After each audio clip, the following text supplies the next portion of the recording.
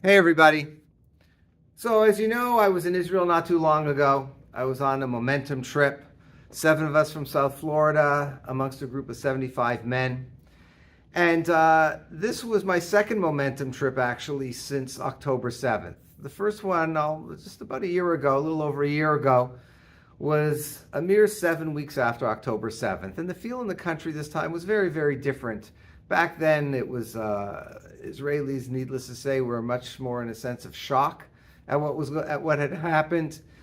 This time, not too long ago, when I was there, it was more of they had more the ability to process what has happened.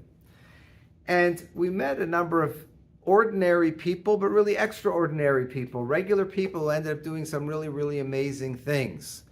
So, for instance, one man that spoke to our group at the site of the Nova Festival, he talked about he lived nearby, not too far from there, and how his phone started going off in the morning and people needing help, and they needed to be ferried out of that area. So he goes with his father-in-law and different people pinpointing their spots where they are. He spent 10 hours, 10 straight hours, taking people from that area to safety, sometimes taking them to ambulances. He described one time where he had someone who was wounded with a gunshot wound. He's trying to get the ambulance closer to where they are. For some reason, the ambulance couldn't go there, and the only advice they could give him was press on the wound and press on the gas, which is what they did. They had no other choice, and they were able to save the young man's life. And another time, he told us that they went to four or five young ladies, pointed out where they were. They go to the site, and they're being shot at by Hamas terrorists. He's literally risking his life to save these people, and he was able to do that. Like I said, for 10 hours, he literally saved the hundreds of lives with what he did.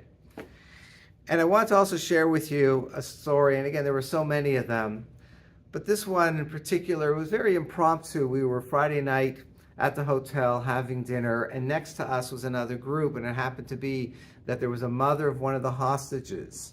Her name is Shelley Shem Tov, the mother of the hostage, Omer Shem Tov. And they asked her, and she came and she spoke to our group. And what she said really gave me a tremendous insight into something which we do every day in Judaism, and the Talmud talks about it. And she says how her son has now been a hostage in Gaza for over 400 days. And she does not turn the light off in his room. She refuses to turn the light off in his bedroom until he comes home. And then she tells us of her morning ritual that when she wakes up, she sees the sun. And when she sees the sun, every morning, she wonders, does her son, Omer, does he see the sun? And when she washes her face, she thinks, can my son wash his face? And when she brushes her teeth, she says, she wonders, can my son brush his teeth? And when she gets dressed, she wonders, what kind of clothes does he have? How is he going to get dressed? What's he wearing? She has a cup of coffee, and she thinks of the day that she can sit down at the kitchen table and just have a simple cup of coffee with her son. And when she was going over these things and recounting these things, it reminded of the morning blessings that we say every morning in Jewish tradition in the Siddur. And we just kind of rattle them off.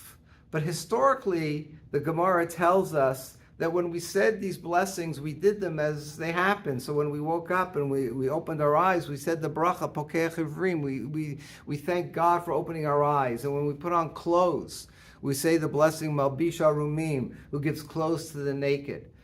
And so while she was going through this, it gave me a whole different appreciation of what those blessings mean we say every morning. Because basically that is exactly what this woman was doing, that every little thing that she goes through that we normally take for granted, she was translating it in terms of what her son is experiencing as a hostage in Gaza.